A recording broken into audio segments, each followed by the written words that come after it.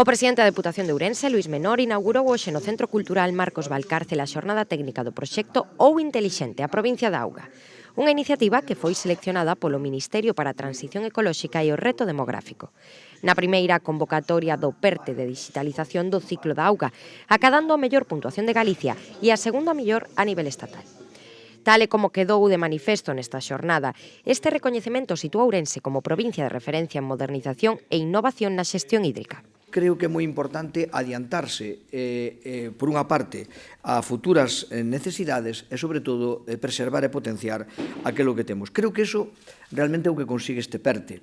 Un PERTE que foi calificado, que foi avaliado como dentro da súa categoría como o mellor de Galicia e o segundo de España, o cual eu creo que, obviamente, que a nosa estrutura de población é para sentirse orgullosos e refrendar ese carácter, como digo, de innovador e de liderazgo que podemos presumir neste eido, non? O proxecto Ou Intelixente conta cun financiamento global superior aos 13 millóns de euros, dos que 7,75 proceden do Ministerio e 5,73 son achegados pola Deputación.